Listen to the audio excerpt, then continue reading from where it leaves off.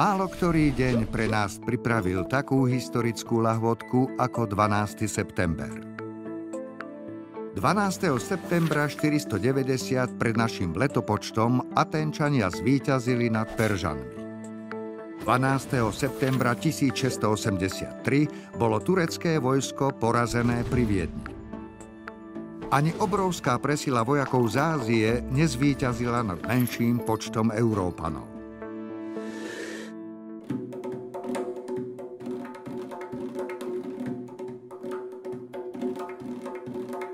12. september 490 pred Kristom. Už niekoľko rokov sa stupňuje napätie medzi gréckymi mestskými štátmi a Perskou ríšou. Peržania sa chceli zmocniť bohatých gréckych miest na pobreží dnešného Turecka. Rozpínavosť Peržanov ale narazila na grécky odpor.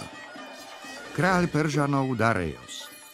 Gréci nám dajú svoju zem a vodu. K rozhodujúcej bitke prišlo pri Maratóne blízko Atén.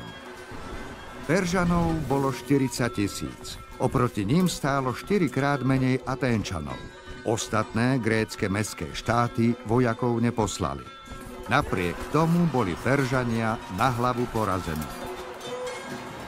Za svoje nečakané víťazstvo vďačia Gréci skúsenosti svojho veliteľa 60-ročného Miltiáda.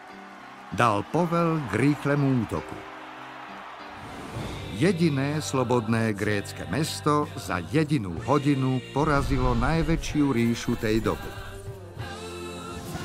42 kilometrov a 200 metrov bežal do Atén Pheidipides, aby oznámil radostnú správu. Podľa legendy vykríkol: radujte sa, zvíťazili sme, a padol mŕtvy na zem.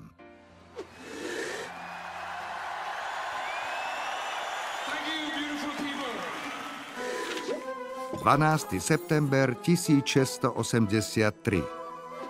2 mesiace Viedeň oblieha 200-tisícová armáda. Vojaci veľkovezíra Kara Mustafu majú jediný cieľ: dobiť hlavné mesto nenávidenej habsburskej monarchie.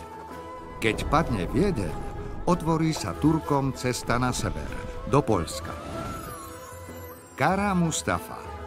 Zastáva s polmesiacom, bude viac na celej Európu. Viedeň narýchlo opustil celý dvor cisára Leopolda a 80 000 vystrašených obyvateľov.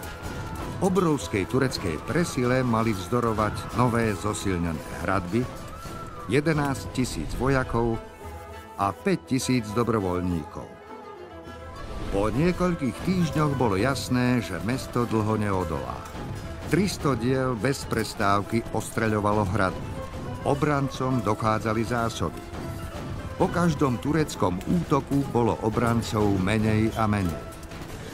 Cisár Leopold sa obrátil na poľského kráľa Jána Sobieského so zúfalou prosbou o pomoc. Turci už oslavovali víťazstvo. Ale 12. septembra o 4. hodine ráno dorazil k Viedni poľský kráľ so svojimi elitnými jazdcami. Šokovaní Turci po krátkom boji odtiahli. Vo svojom tábore zanechali obrovské poklady a veľké vrecia s najkvalitnejšou kávou.